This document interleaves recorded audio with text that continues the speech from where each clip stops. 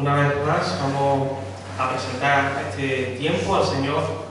Ahora, en este caso, la predicación de su palabra, que Él pueda obrar en nuestra vida, que Él pueda agudizar nuestros sentidos espirituales para el mensaje que tenemos hoy. Y mientras yo elevo una pequeña oración al Señor, os invito a buscar el capítulo 8 del libro de Esther. Ya estamos en el penúltimo sermón o la penúltima reflexión del libro de Esther. Esther, capítulo 8. Padre Santo, te damos las gracias porque tenemos el privilegio de estudiar tu palabra, de conocerte cada día más y más a través de sus páginas. Y una vez más, Señor, acudimos a recibir ese alimento espiritual que necesitamos, a ser fortalecidos, animados, fortalecidos en nuestro espíritu para correr esa carrera que todavía tenemos por delante, Señor, recordando esas maravillosas verdades que encontramos en tu revelación. Te pedimos, Padre, porque las apliques a nuestra vida, que no se quede en mero conocimiento, sino que moldee nuestra vida y hoy, Señor, también moldee nuestras peticiones, las peticiones de nuestras oraciones, Señor, que nuestro corazón se pueda entonar con tu voluntad, Padre. En el nombre de Jesús, amén. En los capítulos anteriores vimos que en medio de un panorama oscuro, contra todo pronóstico humano, finalmente el pueblo de Dios termina venciendo.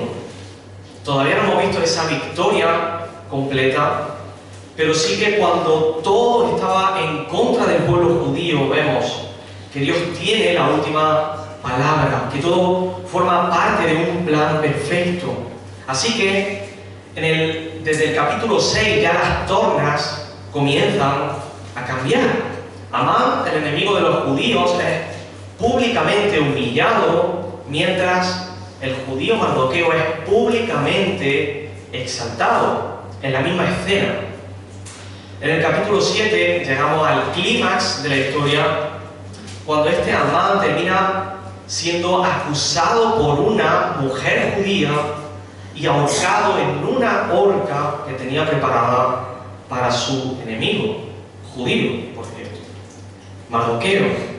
Así que el malo ha caído, el justo ha sido vindicado, la reina ha hallado gracia ante el rey, pero queda algo.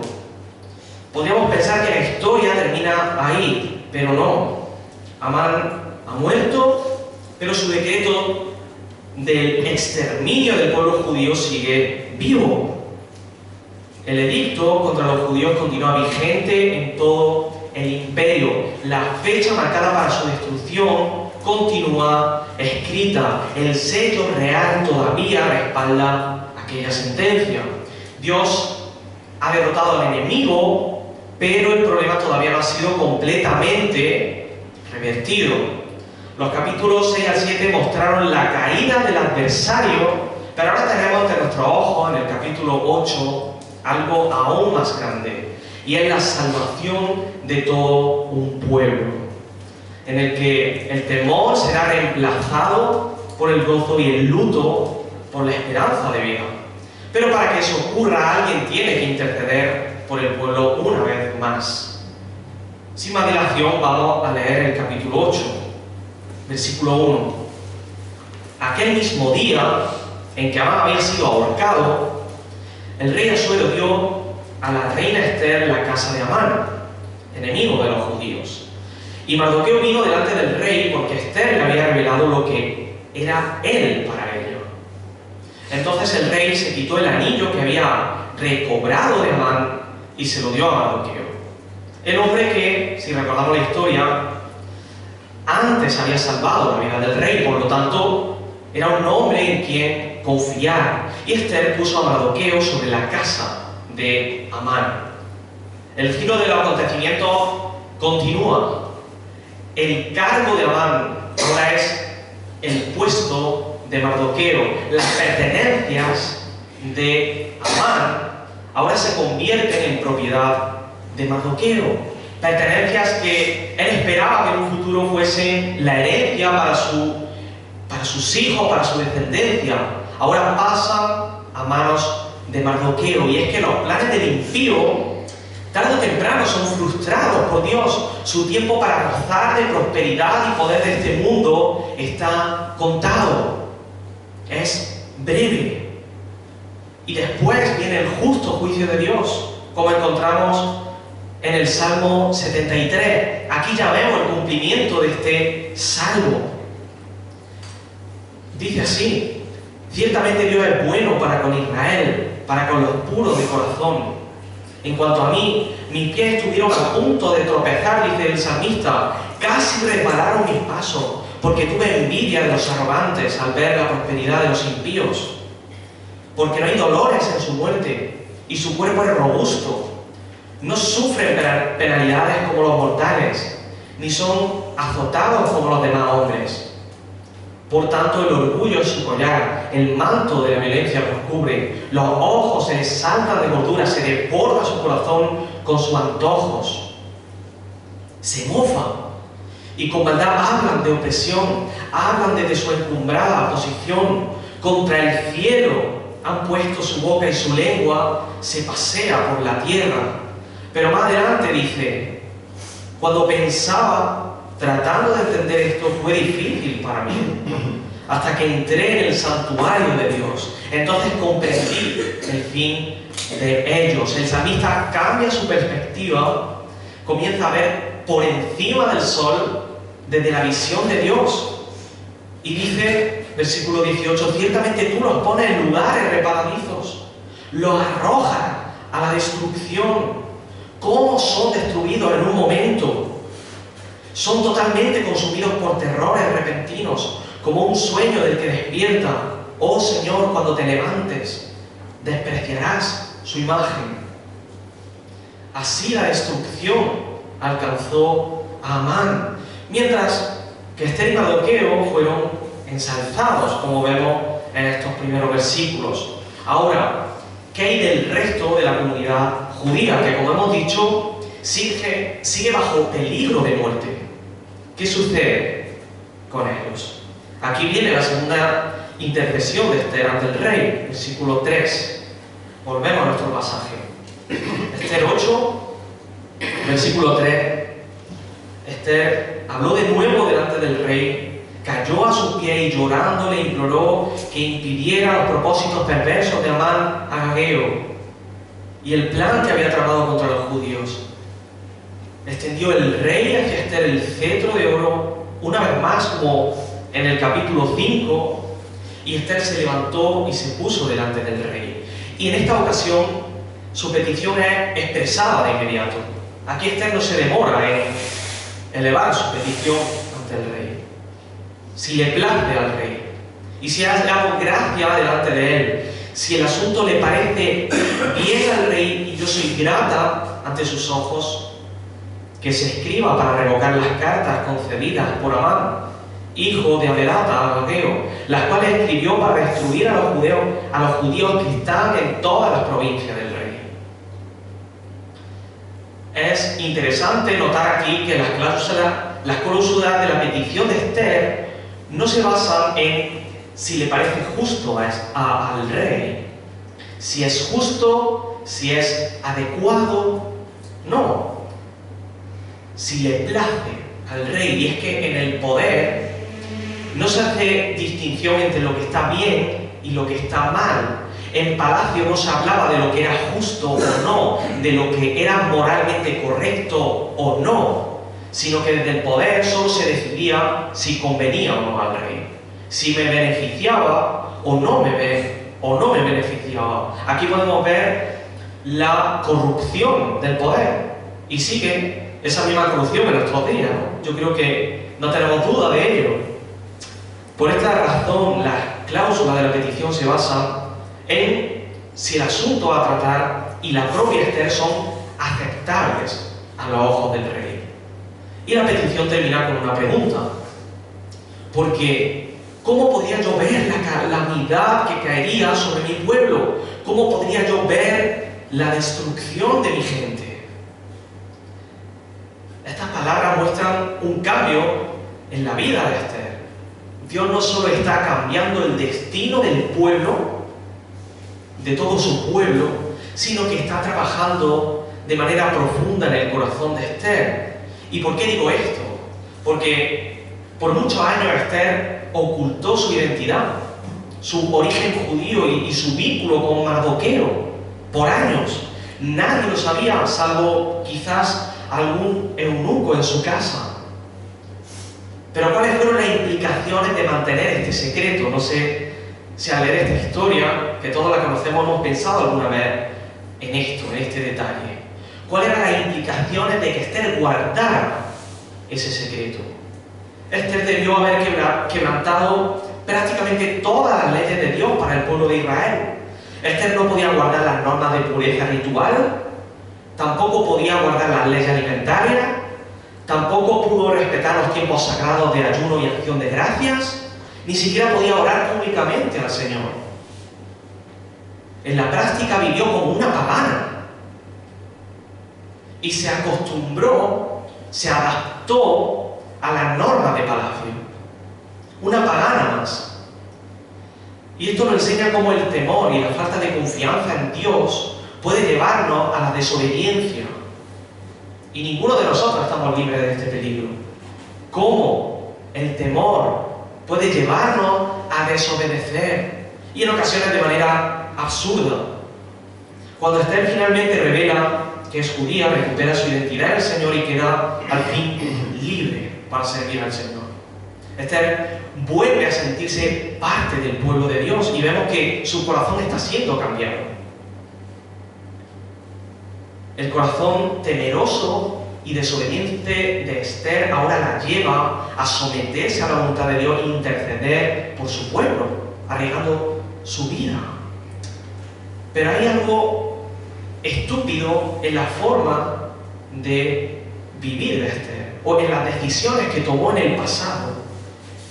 Porque yo me pregunto, ¿mereció la pena desobedecer abiertamente a Dios por tanto tiempo? Vemos aquí en el texto que el rey muestre alguna molestia cuando se entera de que Esther era judía. ¿Qué dice el texto? Al contrario, dice que asciende a su primo Mardoqueo y lo convierte en visir del imperio. Creo que este giro nos lleva a cuestionarnos la estrategia de ocultamiento de Esther. ¿Era adecuada o no era adecuada? Que por cierto, seguía los consejos de Mardoqueo. O sea, los dos estaban equivocados. ¿Por qué? Porque esta estrategia no solo implicó vivir durante años en abierta desobediencia a la ley de Dios, sino que incluso pudo haber innecesariamente llevado a lo que llevó. Era algo contraproducente. Es decir, si Esther hubiera revelado su identidad desde el principio, seguramente la amenaza contra el pueblo judío simplemente no habría estado, no habría surgido. Intentemos pensarlo por un momento. Esther llega a palacio, el corazón del rey Asuero es cautivado por la reina Esther. ¿Por qué le va a poner pegas? Pero Esther decide ocultar su identidad. Lo que aprendemos con esto es que la causa final de todas las aflicciones en este mundo, la causa final de todos los sufrimientos en esta tierra es el pecado, sea nuestro o sea de otros, pero estamos sufriendo las consecuencias del pecado. Y una vez más, aquí vemos que la desobediencia a Dios es lo que trae miseria sobre la vida humana. Pero Dios revierte las consecuencias del pecado, como vemos a continuación, versículo 7. Entonces el rey Asuero dijo a la reina Esther y al judío Mardoqueo: he aquí, he dado a Esther la casa de Amán y a él le han colgado en la horca porque extendió su mano contra los judíos. Vosotros pues escribid acerca de los judíos como os parezca bien, en nombre del rey, y selladlo con el anillo del rey, porque un decreto que está escrito en nombre del rey y sellado con el anillo del rey no puede ser revocado. Así que esta es la solución para el pueblo. La alternativa para revocar un decreto irrevocable es combatirlo con otro decreto de la misma naturaleza, otro decreto real. Y eso es justamente lo que propone el rey. Ahora, me resulta impactante el pasotismo y la manipulabilidad del rey. En ningún momento dice el rey: escribid lo que os parezca y luego reviso el edicto. No, escribid y publicad. De la misma forma que cuando Amán se acercó a él para pedir la destrucción de un pueblo, ni siquiera se preocupó por decir: bueno, ¿y quién es ese pueblo? Ni lo preguntó. Este es nuestro mundo caído, corrupto, lleno de maldad. Pero nosotros seguimos orando, porque el mundo no ha cambiado. Seguimos en ese mismo imperio de maldad en el que vivía Esther. Seguimos orando: venga tu reino. Seguimos orando para que Dios traiga redención a esta tierra. Versículo 9. Y fueron llamados los escribas del rey en aquel momento, en el mes tercero, es decir, el mes de Sivan, en el día 23, y conforme a todo lo que ordenó Mardoqueo, se escribió a los judíos, a los sátrapas, a los gobernadores y a los príncipes de las provincias que se extendían desde la India hasta Etiopía, 127 provincias, a cada provincia conforme a su escritura, y a cada pueblo conforme a su lengua, y a los judíos conforme a su escritura y a su lengua. Y se escribió en el nombre del rey Asuero, y se selló con el anillo del rey, y se enviaron las cartas por medio de correos a caballo que montaban en corceles engendrados por caballos reales. En ella el rey concedía a los judíos que estaban en cada ciudad el derecho de reunirse y defender su vida, de destruir, de matar y de exterminar al ejército de cualquier pueblo o provincia que los atacara, incluso a niños y mujeres, y de saquear sus bienes, en un mismo día en todas las provincias del rey Asuero, el día 13 del mes 12, es decir, el mes de Adar. En otras palabras, el rey está autorizando, o mejor dicho, Mardoqueo y Esther están autorizando, con la autoridad del rey, una guerra civil entre judíos y sus adversarios, todos aquellos que quieran atacarlo. Y es cierto que el decreto de Mardoqueo autoriza a los judíos a matar no solo a hombres atacantes, sino también a esposas e hijos. Y esto puede resultar un poco impactante, pero no se está legitimizando una violencia desmedida e indiscriminada, sino más bien permitiendo una retribución justa. Es decir, yo te voy a hacer lo mismo que tú querías hacerme a mí.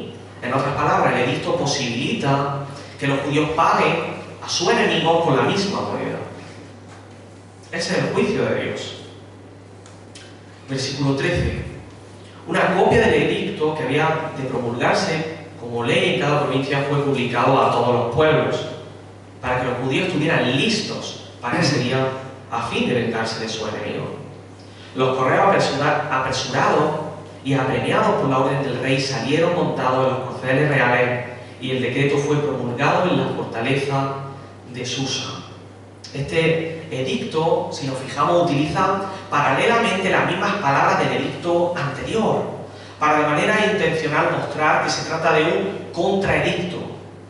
La única diferencia es que este mensaje es enviado, dice el texto, por corceles reales, por caballos veloces, entrenados para ello, para que lleguen hasta el último rincón del imperio a tiempo, para que no quede un solo judío sin escuchar o leer este nuevo edicto y tenga la oportunidad para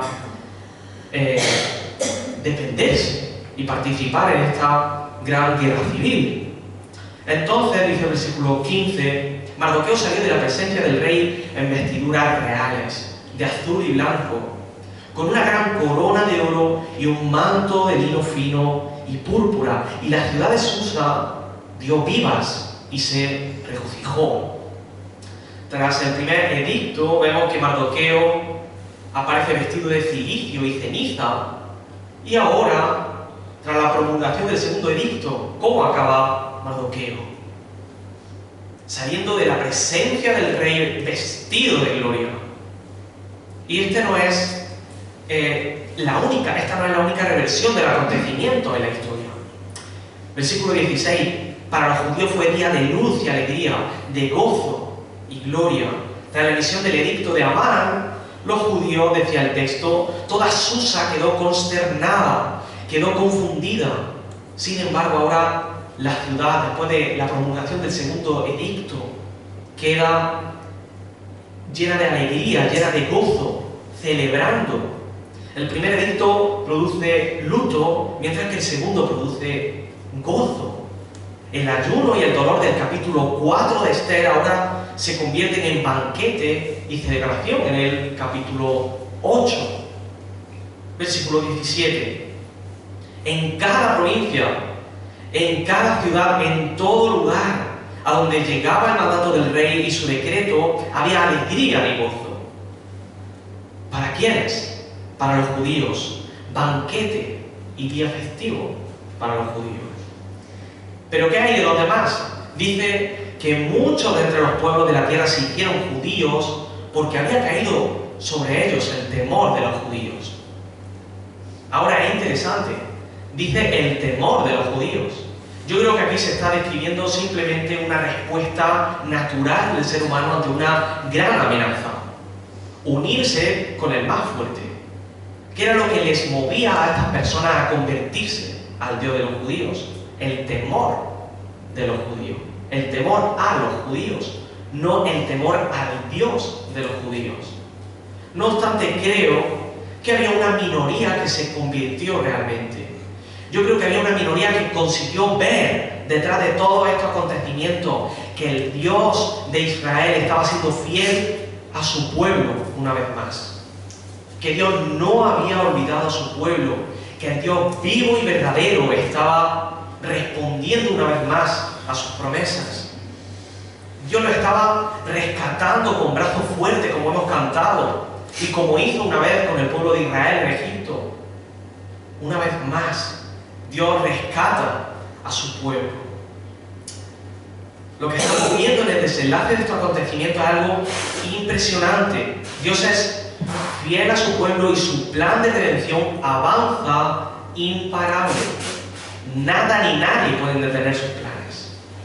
Ni siquiera la mayor de las estratagemas de Satanás puede detener, puede impedir o cambiar lo que Dios ya ha escrito, lo que Dios ya ha decretado.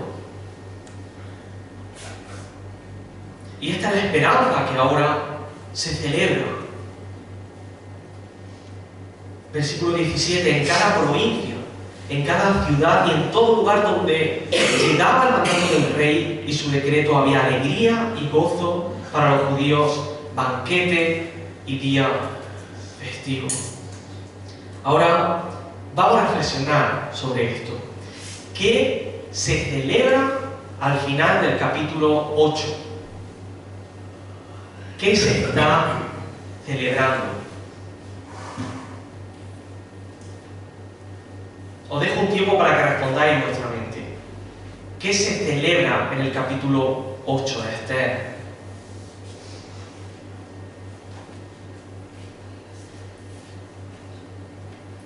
Porque yo solo veo un nuevo edicto. Yo no veo nada más. Yo no veo victoria. La batalla ni siquiera ha comenzado. Los judíos pueden defenderse, ¿vale? Pero ¿quién garantiza su éxito? ¿Quién garantiza que vivirán? Y si todos mueren en la guerra.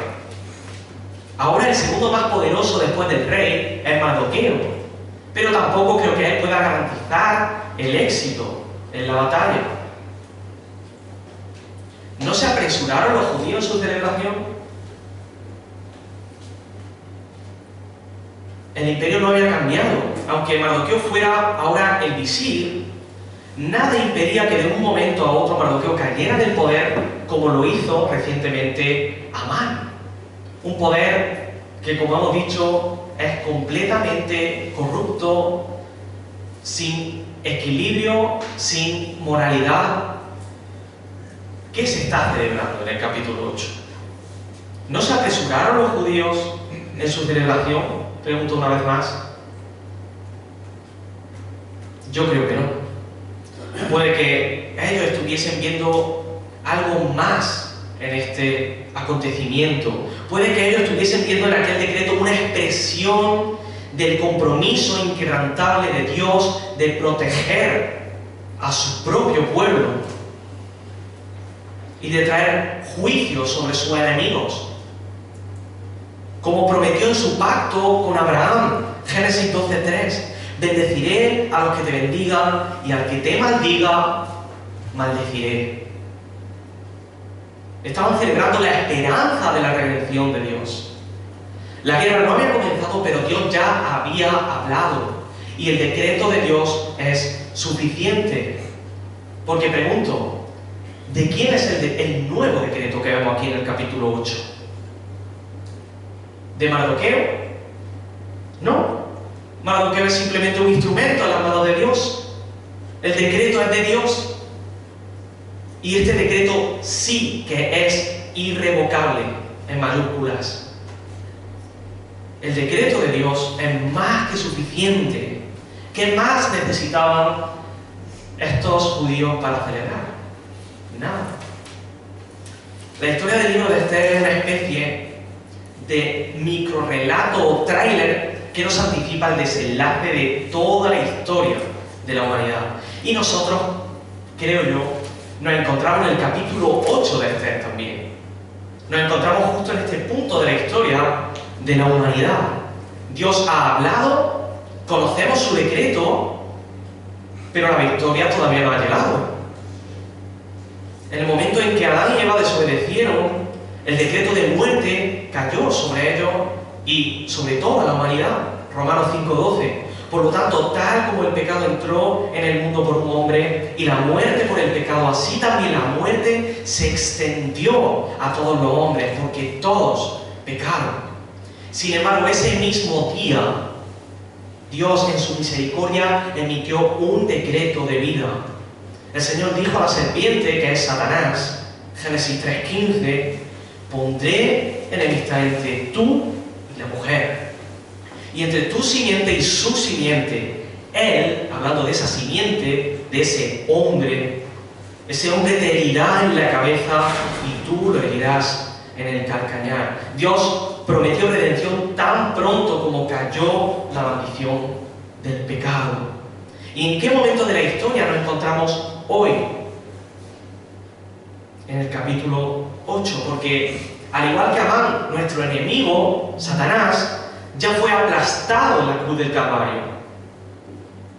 Sin embargo, la muerte también han sido vencidos en la cruz. Sin embargo, la victoria completa aún no ha llegado. No obstante, ¿por qué no gozarnos en esta esperanza de redención como pueblo de Dios que somos? ¿Por qué no regocijarnos como lo hizo el pueblo de Israel, confiando plenamente en el decreto irrevocable de Dios? Aunque vivamos en un imperio donde reina el mal y se aborrece a la iglesia de Cristo, la historia sigue avanzando. Esto no es el final. Hermanos, para nosotros esto no es el final. Solo estamos en tránsito. Cristo ha cambiado nuestro destino eterno y nos dirigimos hacia Él. Regocijémonos en esto. No hay otro edicto que pueda cambiar el decreto soberano de Dios, que dice: no hay ahora condenación para los que están en Cristo Jesús. Este es el contradecreto de Dios para vencer la muerte y la condenación que merecíamos. Nada en toda la creación puede separarnos jamás del amor de Cristo. Nada. Y el precio de nuestro rescate fue su preciosa sangre. El Padre entregó a su unigénito Hijo para morir en la cruz y cargar con esa maldición que había sobre nosotros. para pagar esa deuda imposible de pagar para nosotros con su justicia perfecta. Y emitió el decreto: no hay condenación para mi pueblo. Pero los poderosos están unidos a una contra la Iglesia de Cristo. Cristianos son perseguidos en muchos lugares. Pero Emanuel, ¿te estás dando cuenta de que Europa está siendo islamizada? Están aumentando los falsos maestros. Ahora hablan de apóstoles, el evangelio de la prosperidad. Mira el testimonio del libro de Esther. Nada ni nadie puede separarnos del amor de Cristo, y la historia corre su curso tal como Dios la ha escrito. Nada ni nadie puede frustrar los planes de Dios. ¿Y si soy yo el que falla? ¿Y si tomo malas decisiones? El pecado del pueblo de Dios tampoco va a detener sus planes. Dios obró soberanamente por encima de las fallas de Esther. ¿Por qué no va a seguir obrando por encima de tus fallas? Por lo tanto, como dice Hebreos 10, versículo 23, mantengamos firme la profesión de nuestra esperanza sin vacilar, porque fiel es el que prometió.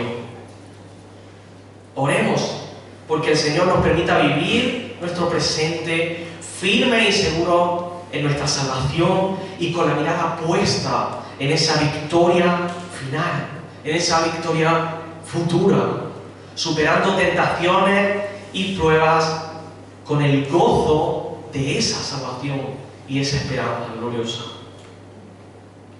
Pues, dice Pablo, considero que los sufrimientos de este tiempo presente no son dignos de ser comparados con la gloria que nos ha de ser reservada. Oremos porque el Señor nos permita caminar en esta tierra con la mirada en los cielos, pasando por todas estas aflicciones, recordando esa esperanza viva que tenemos. Recordando que ahora mismo estamos en el capítulo 8, pero que Dios ya ha emitido un decreto y solo es cuestión de ver el desenlace de los acontecimientos. Vamos a orar.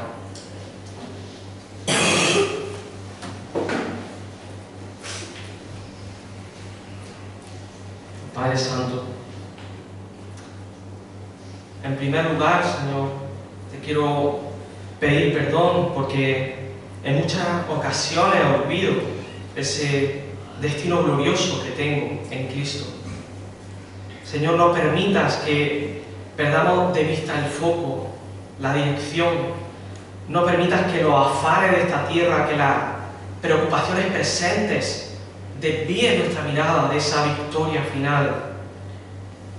No permitas que Satanás, que este mundo lleno de maldad, que nuestro propio pecado nos impidan gozarnos en la salvación que tenemos en Cristo.